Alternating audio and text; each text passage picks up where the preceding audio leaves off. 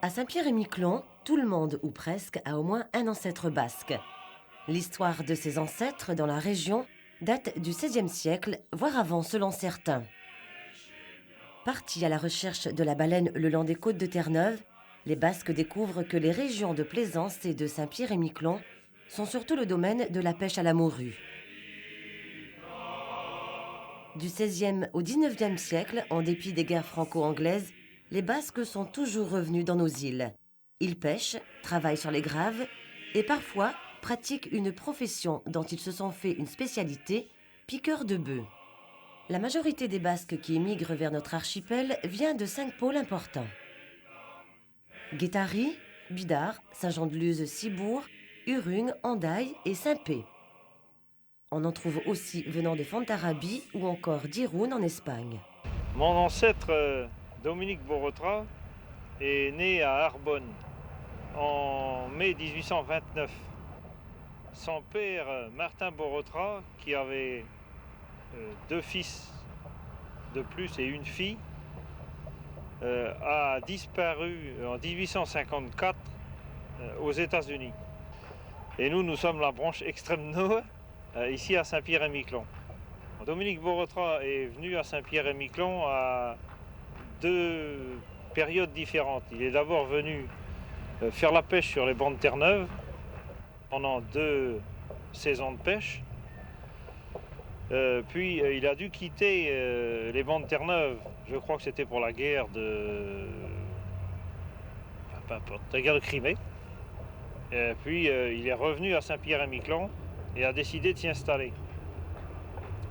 Il s'est installé sur l'île de Miquelon avec un groupe d'autres Basques, dont les Apestegui de Cibourg, avec qui il était particulièrement lié.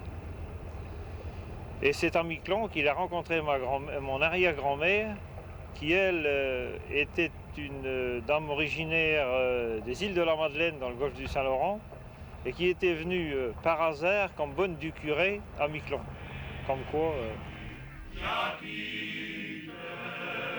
Certains de ces patronymes basques sont toujours courants dans l'archipel.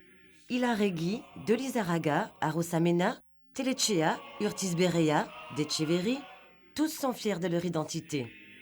Pourtant, pendant longtemps, les Basques sont mis à part, voire ignorés par les administrateurs de la colonie. Habitués à rester entre eux, ils continuent à parler le basque. Ils ont beaucoup plus de difficultés à s'intégrer que les Bretons et les Normands, qui peuplent aussi l'archipel à cette époque. C'est au moment où leur langue tend à disparaître qu'ils font leur entrée chez les notables. Au XIXe siècle, la famille Légas, originaire de Bayonne, prend le contrôle d'une grande partie de l'île. Au niveau économique, ils sont notamment propriétaires de la morue française. L'évêque de Saint-Pierre est un Légas, tout comme l'administrateur de la colonie. C'est à cette époque que l'émigration basque s'intensifie. Depuis, la population a su garder des éléments de sa culture ancestrale malgré l'influence nord-américaine. Mon grand-père portait le béret basque, mon père portait le béret basque.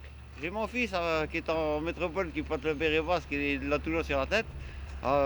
Puis ça fait, bon, c'est un peu une tradition de peut-être pour montrer qu'on est un peu basque, descendant quoi. Oui, c'est très important qu'on porte le béret à Saint-Pierre-et-Miquelon. Ça maintient la tradition. Et puis je serai très heureux la journée où il y aura autant de bérets ou plus de bérets que de casquettes américaines. Ce besoin d'identité, de reconnaissance, se traduit aussi par des manifestations, des échanges culturels et sportifs. En 1902, Martin Caricart fonde l'association de pelote basque qui compte une centaine d'adhérents dès ses débuts. Le folklore basque fait son apparition en 1931 avec les petits bâtons et la fameuse paillasse. «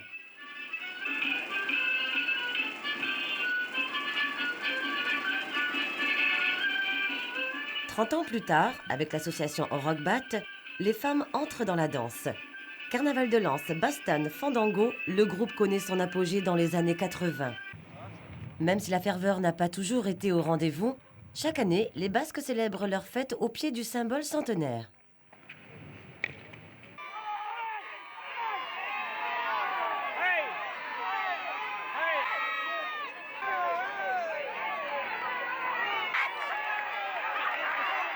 Démonstration de palaancha, jeu de la force basque ou encore danse folklorique, ils démontrent à leurs ancêtres que l'océan Atlantique n'efface pas les traditions et la culture dans la 8e province basque.